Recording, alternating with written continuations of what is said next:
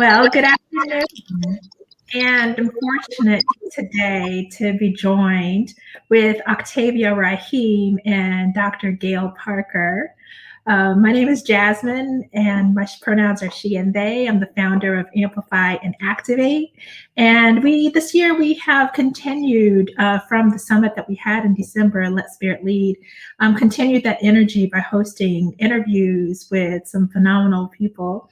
As well as promoting a Sangha, which is the rebroadcast of individual presenters from the summit. And then we go into a discussion afterwards to hold a deeper dive and, as Dr. Gail might say, metabolize the information that we were gifted by these wonderful presenters. But today I'm just so excited and delighted and grateful that Octavia and Dr. Gail have said yes to come and chat with us. So one of the first questions that I have for you is, how did you meet? Octavia, do you want to go first? I'll tell my version and then she'll tell her version. We were at a yoga retreat for women of color in Dahlonega, Georgia. And we were invited to pair off. This was, I don't know when that was. It was about at least 10 years ago. And so we were sitting together in pairs and we just clicked. And that never changed. And out of that event, we have developed really a very strong friendship. And we stay in touch with each other. And that's how we met. So Octavia, how would you describe it? So I think you're right. But what I would add is I think I noticed you before we were partners. I was like, who's that woman? She's glowing. She's radiant. She's like, I noticed the backward movement of your shoulders and the lift in your heart, you know? And you just sat in the circle like it felt like a beam. Like a beam was shining on you. And I have no idea how we came to be partners. I don't know if we decided to be partners, if it was some random pairing. I just know that I sat in front of you and I exhaled a little bit deeper. Mm-hmm. And every time I get to be with you in any way, shape, form, or fashion, whether it's like this right now. So thank you so much, Jasmine. Or reading your book or our phone check-ins, I exhale a little bit deeper every time. Mm-hmm. Yeah. Thank you. This is lovely. Yeah, I have that same experience with both of you whenever I'm in your presence. Like, you both carry such, like, I would call like a magnanimous presence. But in the way of like just feeling at peace when I'm with you. So it's a beautiful peace that you all carry. And they complement so well, so much that your works complement each other. Can you talk a little bit more about how you've been able to influence and inspire each other? I'm just like, where do we start? So at that retreat that we met at, is Maya Brewer's Yoga Retreat for Women of Color. I believe either that year or the next year, Gail led a workshop called it wasn't Pause and Play, about playing. Do you remember this, Gail? Go ahead. I didn't come to it. I read the description, but I feel like you and I talked about it. And it was actually like I chose to go for a hike or just take a nap or do something else. And I was like, why didn't I go to that workshop? But in talking about it, you said something to me that felt like simple and poignant. It was that Black women we don't play. Even Black girls don't play. And I thought, oh, what's this lady talking about? And it was so true. Like, I was like, of course I played when I was little, but what you were talking about was like the prolonged experience of just like, I get to be free. I get to laugh. I get to play. Like, when does that end for Black girls? Yeah. And how does the ending of play immediately push us into womanhood, even if we're 5? even if we're four. And I just remember you having that conversation. And I feel like you said something about us not having space to play and rest. And I was like, I need to talk to her about what she's talking about, and I'm trying to remember how I realized you taught restorative yoga, but I don't remember it right now. But I do know it was 6 or 7 years ago that I had the honor to take a restorative yoga training with you at Cherish Life Yoga in Atlanta. And that was a transformative experience for me because I'd done restorative yoga trainings before. And none of them were as diverse and truly, I'm not even going to say inclusive. That training felt like you designed that training with me in mind, with a woman like me in mind, with a woman like you in mind. And in that training, I just remember realizing this other aspect to restorative yoga that I hadn't experienced because I'd never practiced restorative yoga in a place with primarily Black and brown women and with a teacher who looked like me, whose voice sounded like, a dear friend or a mother or an aunt. And it was then that I got really curious about the impact of Black and brown women having spaces of refuge to practice such a tender practice like restorative yoga together. And so I think I encountered your work as a restorative teacher in full force. I know I did in that training. And I loved restorative yoga before then. And yes, you were teaching the exact same poses that I've learned all along. Your cues were a little bit different. You held a much steadier container than I'd experienced being held in.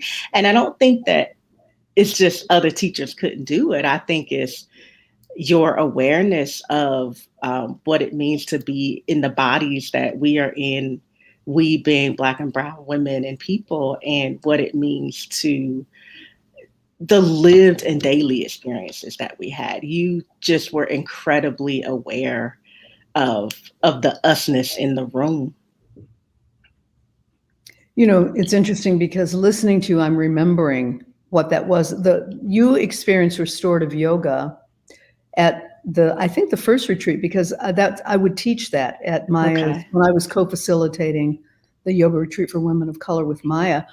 I would teach restorative yoga, and the workshop on play was also another yoga retreat for women of color. You and Kamiko came down, another friend of ours, Kamiko Lawrence. Some of you may know her.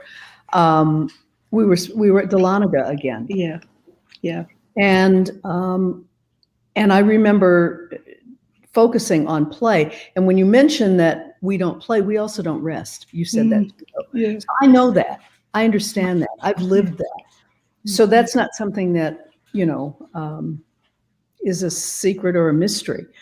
It's just in my awareness and in my blood, in my bones, in my DNA. And so I know, and fortunately, I've never lost my sense of play. And there is a word for it, and I wrote a blog on it some time ago. It's called, and the word is neoteny, which is the able to retain immature qualities into old age. And that's me. I'm doing it. That would be me. So I can't help it. Play is I never ever lost that. I never lost it. I can't help it. So, and I feel blessed because of that. But, and then when you said that the retreat that we did at Cherish Life Yoga, you felt like it was designed for you. It was. It wasn't just designed for you, but you were very pregnant with that baby. And if you will recall, I made sure that you were, the poses you did were suited to you. Yeah.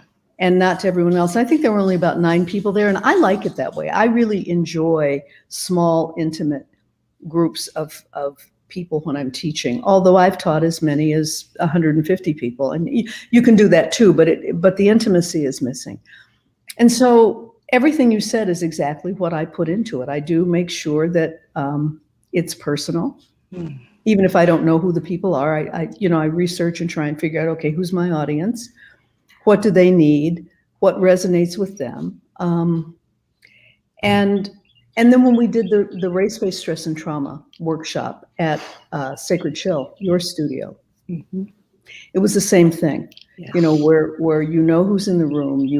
I don't know everybody personally, but you know who's in the room. It's that, it's knowing who's in the room. And I think it also has to do with knowing who you are. Me. Mm-hmm. That would be me. I'm comfortable in my skin. Yes. It took a long time. It doesn't happen quickly. But I am comfortable in my skin. And I think that that's what gets communicated also in the work. So. What is so thrilling in hearing the way that you're describing the work, Octavia, particularly the way that you described experiencing Dr. Gail, which is the way I would describe how I experienced you at your children. Number one, you were very pregnant at the time when you came to Charlotte to do the Chill Shop. But it was the first time that I had experienced a Black yoga teacher that was speaking my language and to my soul, like to my spirit. And it was such an overwhelming feeling of peace and being seen, like for the very first time in a yoga space, that I was like, who is she? Who is she? I'm coming to your retreat. I'll be there. I don't know how, where, when I'm coming. And then it was the following year that I had the pleasure of experiencing Dr. Gail in the same way. And I was like, oh my God, how are they doing this? This is just beautiful. And where have I been that I hadn't been exposed to that? Like, why don't we have more of this? Mm-hmm. So the works have had a ripple effect, like in the industry, for Black women to really be seen and loved on and adorned in the ways that we can see ourselves in those ways that you've created. And another thing, Octavia, if you don't mind, at the Cherished Life workshop, the end of the workshop, Octavia is a former middle school teacher. And you know how teachers are. They like to teach you things. So at the end of the workshop, she said, I have a suggestion, because I think I had gotten some images of photographs of yoga postures that came out of Yoga International when they were a print publication. I think they were Kelly McGonigal's images that she was showing through these postures. And Octavia said, you might want to consider using images that are a reflection of us. There aren't any. She said that. And then I was invited to present at the Black Yoga Teachers Alliance conference. And I thought, I got to come up with some images here. And that's how the images, the illustrations that are in my book were born. Yeah, because of that, that awareness that, what she's right. We need images. We need to see ourselves. And we need to see ourselves resting. Yes. Like they're athletic, we see images of the people running the ball up and down the court. Those are amazing, right? But it's just like these very physical work hard, use your body to entertain someone else or push your body to the total limit. And what I was speaking to is I hadn't seen at that point an image of a Black woman resting. Our collective group of Black women resting. And so I'm so grateful for those images and those illustrations. Well, I'm grateful for the suggestion. I'm glad you heard it in the spirit of love. And so Jasmine, you talk about this being seen and feeling being seen.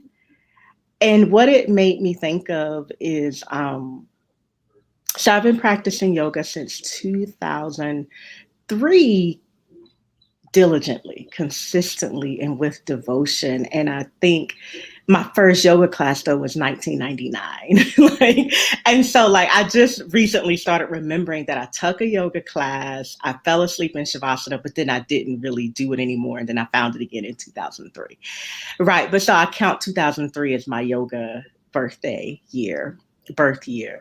And I've been engaging with devotion practices that move me. So the asana, what I realized when I was strictly practicing asana is it kept me on the surface of my body, and it kept me in this relationship with my body that was one of, I need to fix, I need to change, I need to manipulate it in some way, shape, form, or fashion.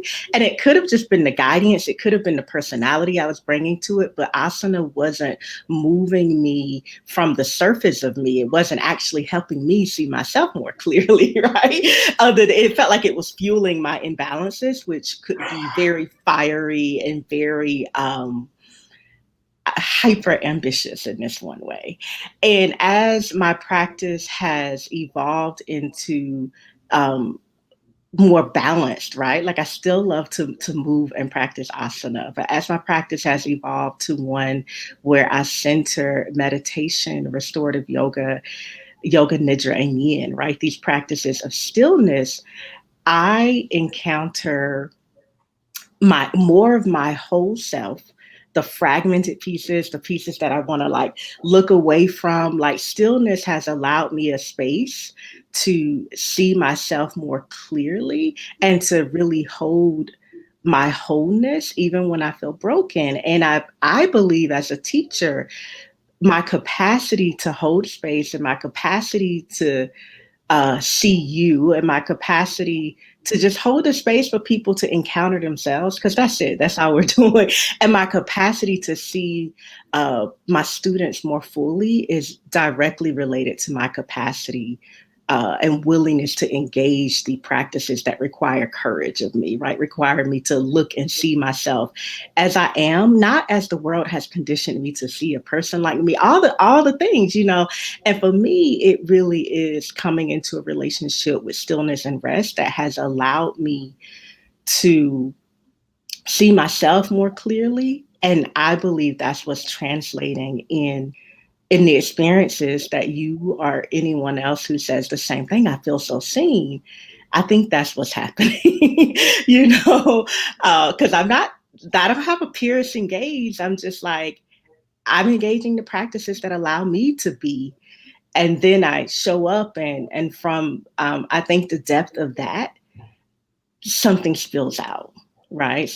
There's something to spill out. And that is the place I'm sharing from, a place really anchored in my own practice. What I also heard in what you were saying, recalling my experiences in both of your workshops, have been normalizing vulnerability among each other. Yeah. And yeah, normalizing vulnerability. I mean, vulnerability is a strength. It's not the truth, here it is. We're vulnerable, whether we know it or not, whether we want to be or not. Yeah. And there is safety in vulnerability, because when you realize, oh, I'm vulnerable, then you mindfully do actions that support you in being safe. When you're ignorant of the fact that you are vulnerable, then you take risks that could put you in harm's way. And so coming into your vulnerability and normalizing it and learning that this is, no, this really is my state of being. No, nobody likes to feel it. None of it. I mean, I know I don't. I think, oh my God. But I want to talk about being seen, because that's also part of vulnerability. I mean, I think it's really important. And Octavia, this is my experience of you as well. And we cannot see ourselves unless we have a mirror. That you can't see yourself without a mirror. When we show up in relationship to one another, what are we mirroring? What are we seeing in the individual that we're facing? What do we want to mirror? What do we want them to see? There's a beautiful passage in a book called Family, written by J. California Cooper. And I'm not recommending the book, although it's one of my favorites, but it's a story of an enslaved woman who decided rather than to raise her children in slavery, that she would poison themselves and herself to get it over with. Well, it didn't work out for her. She's the only one who was poisoned and who died. And so she narrates the story of her children's evolution from heaven. And there's it's a beautiful, beautiful book. There's a passage in the book that I think is so critically important. She's talking about her daughter, whose name is Always. And she says, Always didn't know she was pretty. She said, can you imagine being a slave, living in quarters where you never get to see your own face in a mirror? Might see your face reflected in someone else. Might see your face reflected in water, but it be moving in ripples like waves. You see, it's that. So if you are seen by someone who has contempt for you, or someone who thinks you're odd, someone who thinks that who's kind of averse to you, that shows. You can tell that, you feel that, or through a distorted lens. And we internalize those looks, and we take them on as our own, and they're not us. It's not us. So I am committed to showing the beauty in each of us and to showing our strengths and our abilities. I mean, that's been my work as a psychologist, as a yoga educator, as a friend. It's just what I do. And Octavia, that's what I think you do as well. And for me, that is the practice. That's also the practice. We hold up. What mirror do you want to hold up for the people you encounter? How do we hold up mirrors for each other? And shame, blame, and criticism are not helpful or welcomed.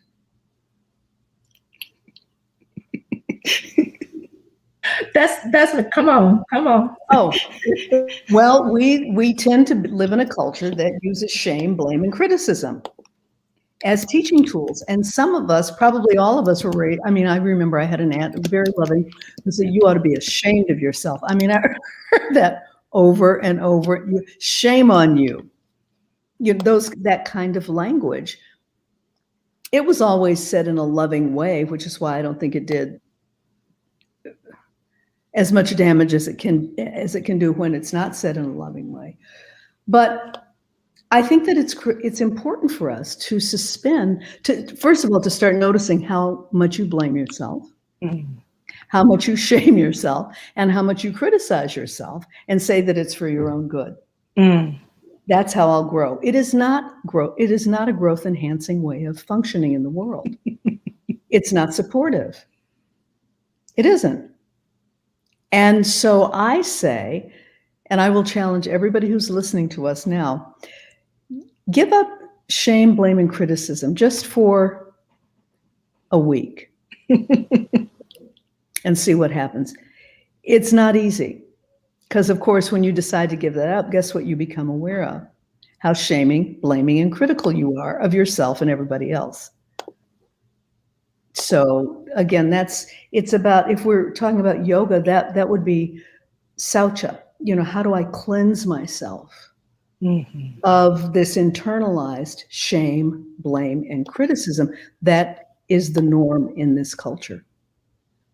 And just because something's the norm doesn't mean it's healthy. It just means it's what most people are doing. That's all it means.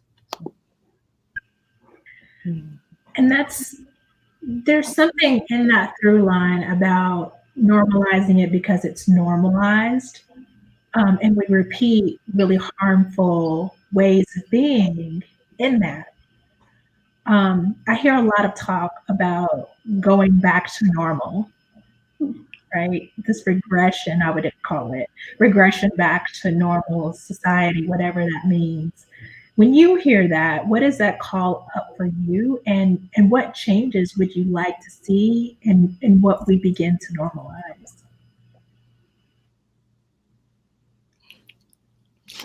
I have an answer. Octavia, do you want? I'll listen and then I'll answer. So what we're calling normal wasn't working for so many people.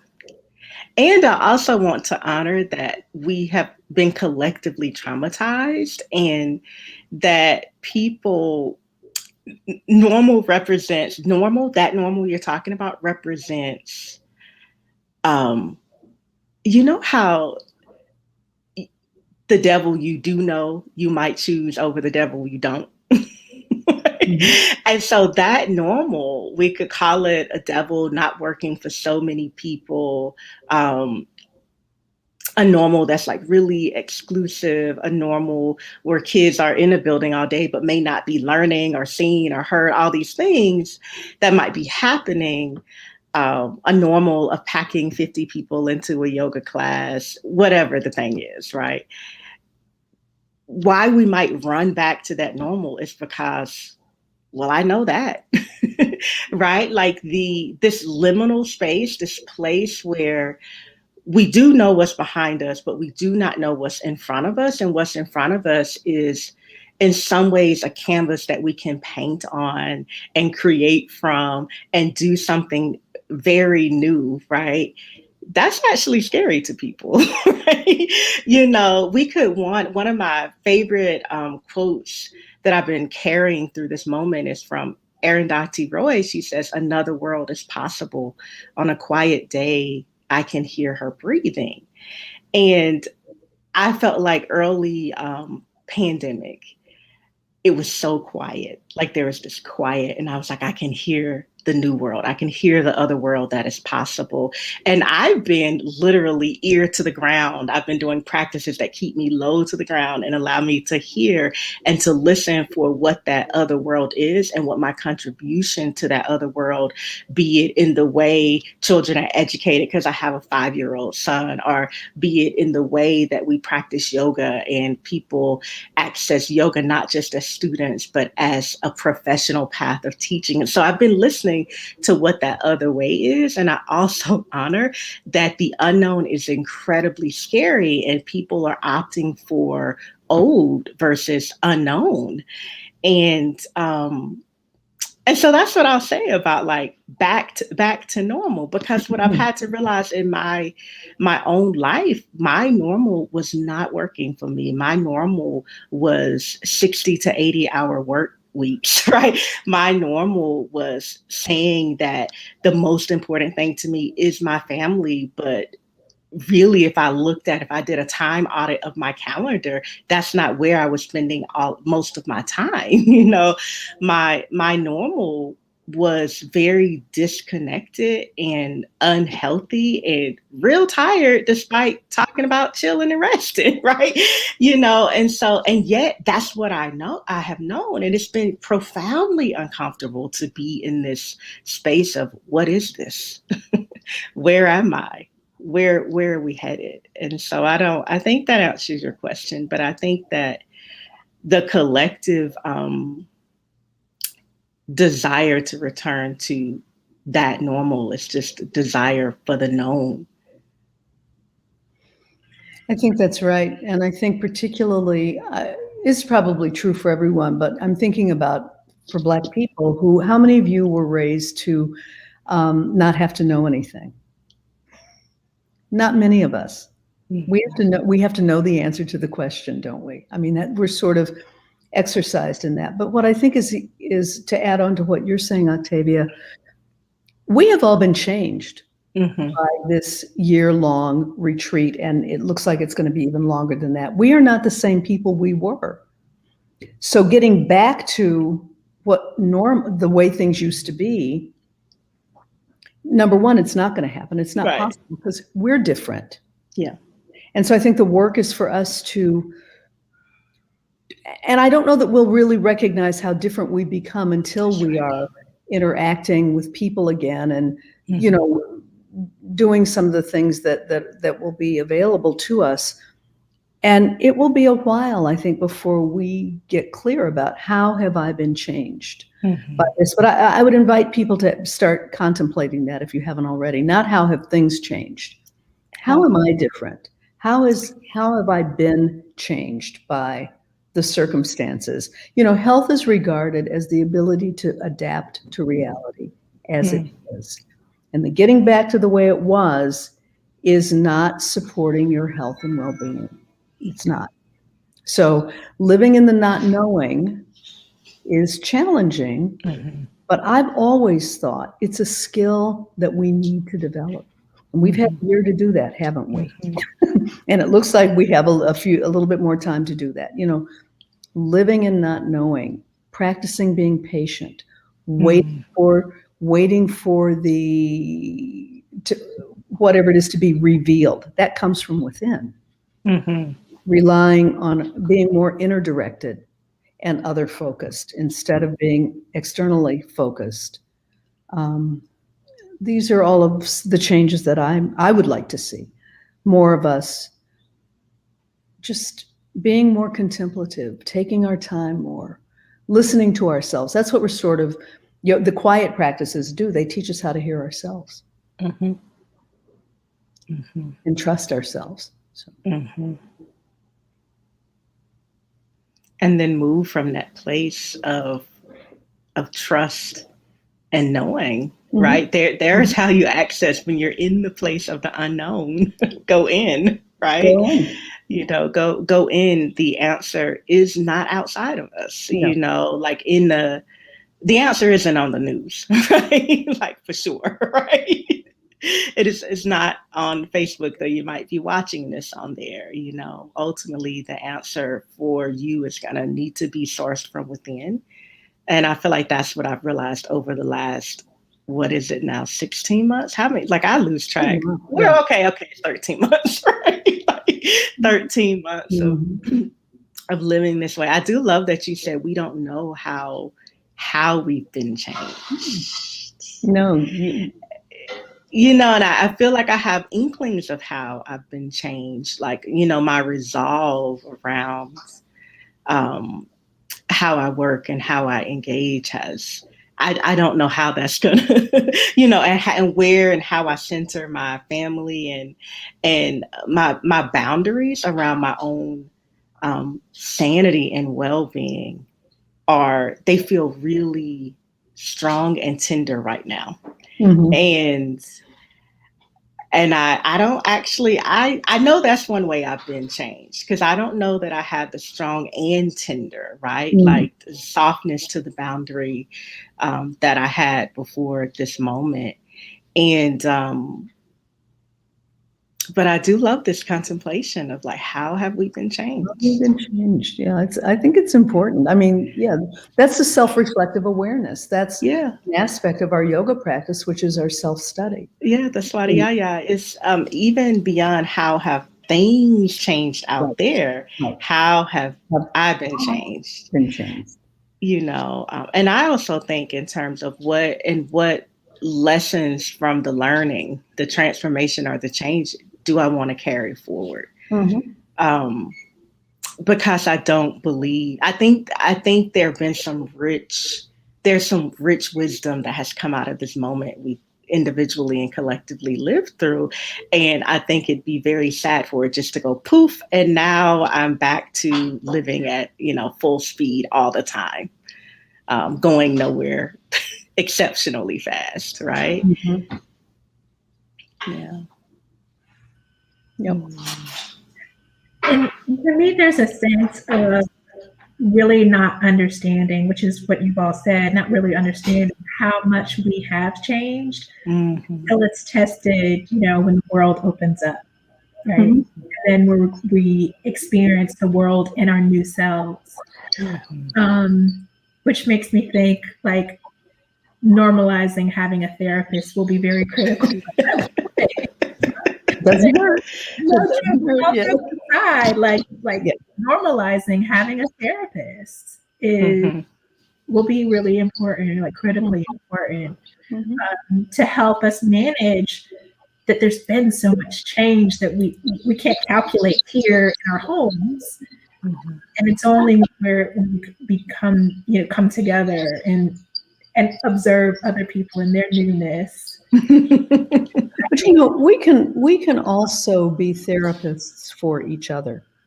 And I'll tell you what I mean by that. I had a client who came to me once, and she was the lone survivor of a fatal car accident.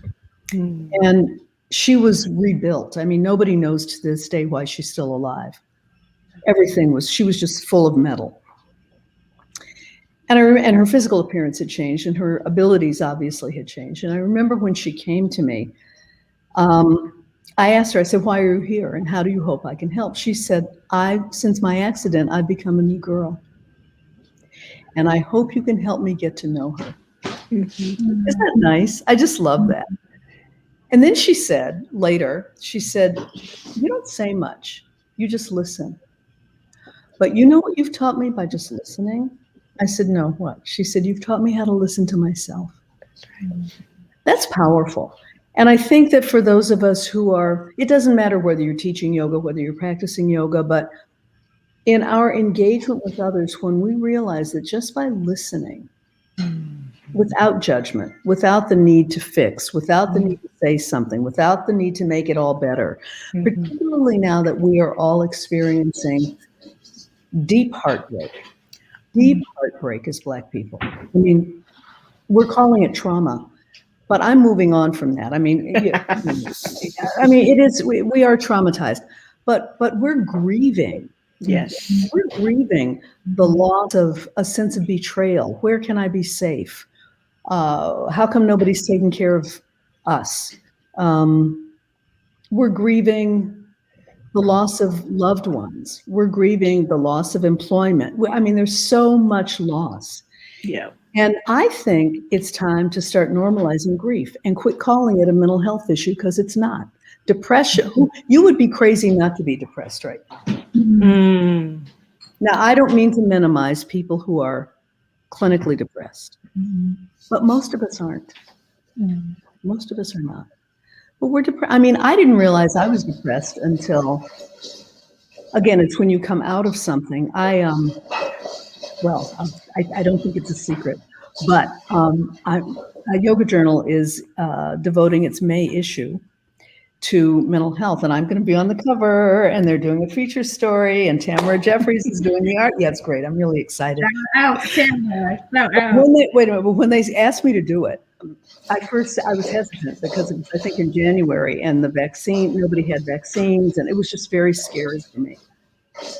And I took some deep breaths and decided, okay, let me go ahead and do this. And they took all kinds of safety precautions to make sure it was safe. But in the conversation, I think I was talking to Tamara Jeffries, and I said, I don't have any designer masks. She said, "You don't?" I said, "No, I don't have any. I've been wearing gray sweat clothes for a year." And so I started, I had to get dressed up for this photo shoot. I did. I had to put on makeup. I had to find things to wear that would be lovely for the photo shoot.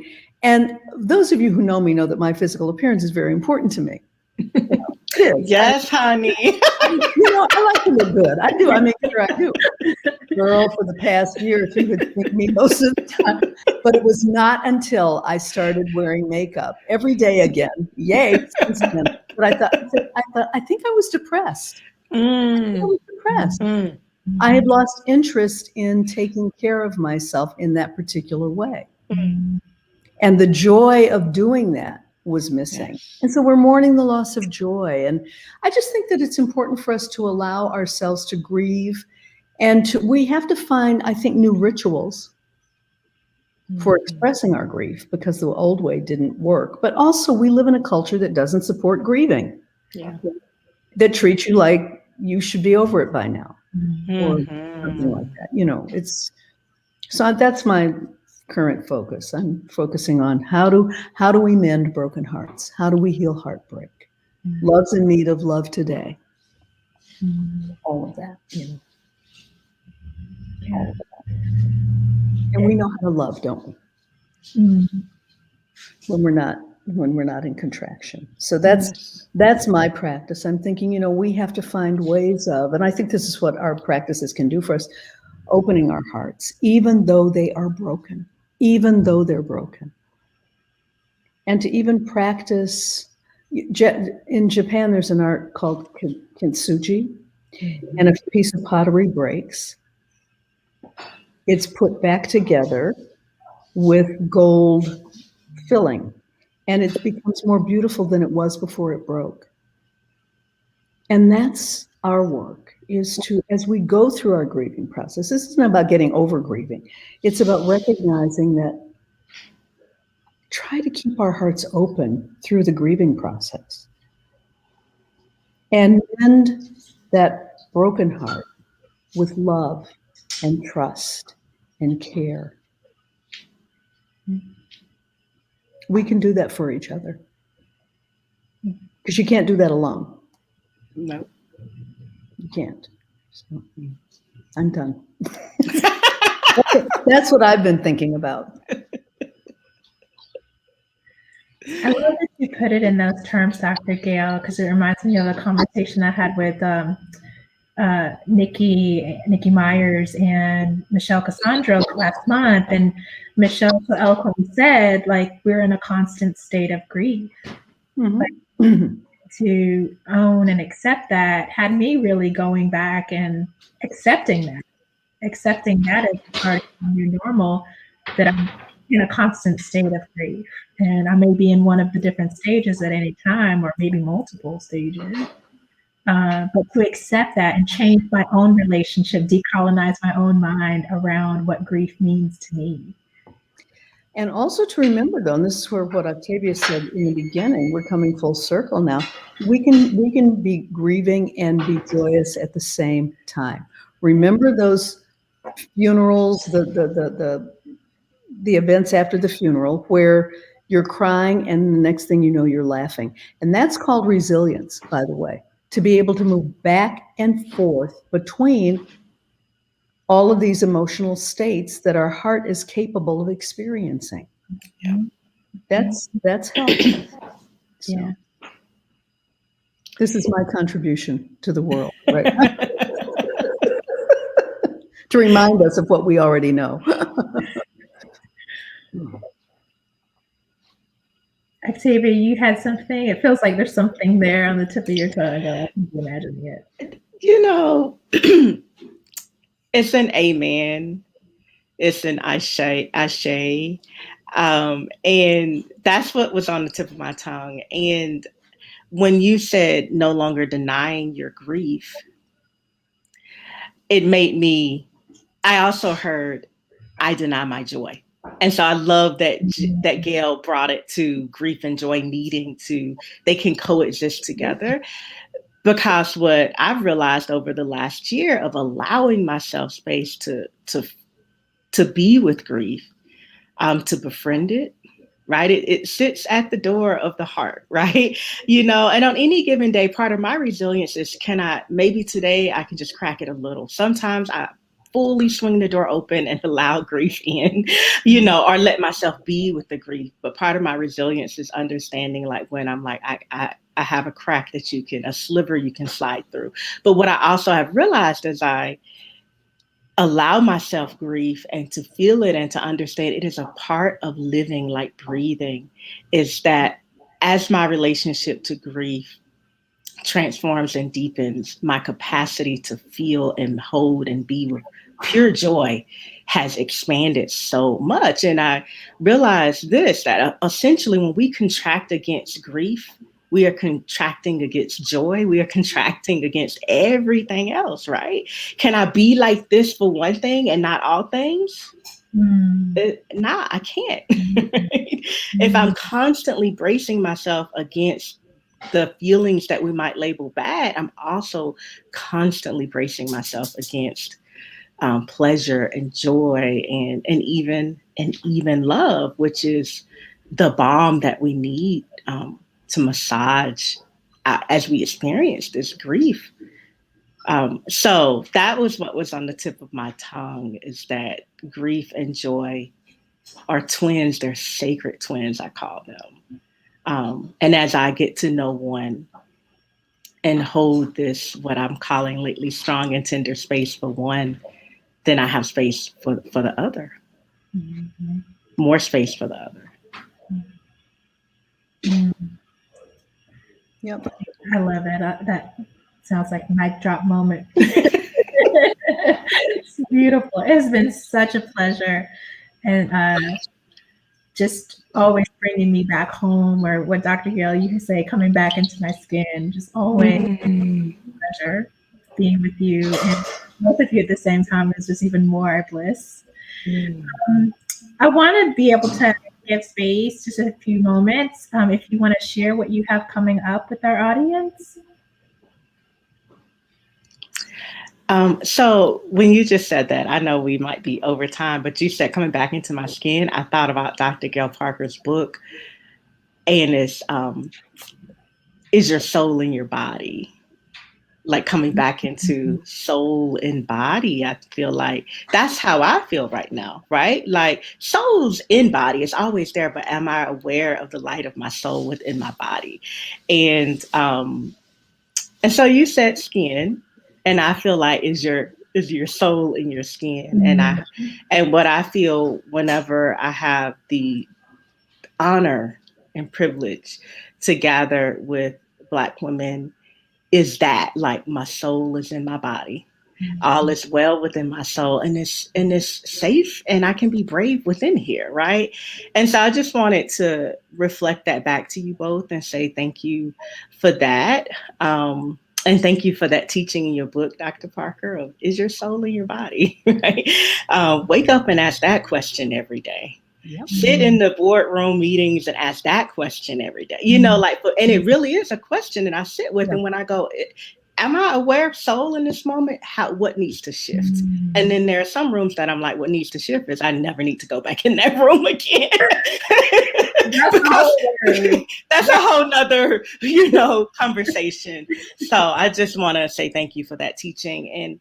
And what I have coming up most immediately is always Star Shining Clay yoga retreat for women of color. Black women and women of color has transformed into an online gathering place, and people can join that any day, anytime. I teach live stream classes every Wednesday that are anchored in rest, stillness, breath, and remembering who we are, right? Beyond the conditioning of the world. I do that every Wednesday. And what I'm really excited to share on this call is the title for my next book, which is Pause, Rest, and Be. And I believe the launch date is going to be February 1st, 2022, which is a while away. But I'll be talking about pausing, talking about resting, and talking about being. And the second half of that title is Stillness Practices to Gather Courage Through Times of Change, which is what we've been talking about here. And so my next book is a book rooted in restorative yoga, stillness practices, and prayer, because I am who I am from the country South, right? And so my next book is rooted in essentially all the practices that have gotten me through, my mama through, and my granny through, right? Like that layer of what gets me through. So that's what I'm up to right now. Beautiful. So I want to thank everyone for supporting restorative yoga for ethnic and race-based stress and trauma, which is my first book, because the publisher liked it so well that they asked me to write another one, which I've done. And it's called Transforming. They came up with the title. Let me give you a minute. Transforming race-based stress and trauma with yoga. And what I've done in this book is I've taken the postures that are in the first book, and that one will be out in November, by the way, in the first book, and given some detailed descriptions of how to use these poses. So for example, I talk in Child's Pose, I talk about the loss of innocence that Black people experience, that Black children experience early on, and how in Child's Pose you can reclaim that innocence. And so there's narrative about really the relevance of these practices for us, for everybody, but I read it from our perspective. And then I offer a posture, an affirmation, and a journaling opportunity. So that's coming out in November. And in May, on Mother's Day weekend, Saturday, Octavia and I are going to be doing a Star Shining Clay workshop together. And I can't wait. He is coming out. I can't wait for that. That'll be fun. Yeah. So Yeah. So I'm still having a good time. You're still playing, like you Still said. playing. With your shoulders back and your heart up to bring it full circle. That's where we started. That's where we started. And face beat. Yes. Oh yeah, and the Black Yoga Teachers Alliance conference is coming up in August. So That's right. We'll be online. So hopefully people will come, will join us. It's going to be good. It's going to be really good. It always is. Yeah. Do you have time for one question? Sure. Okay. I'm going to post this one. So Kitsy Phillips says, thank you both for your contributions to this beautiful conversation. And can you share some best practices to help keep our hearts open when experiencing continued stress, grief, and trauma?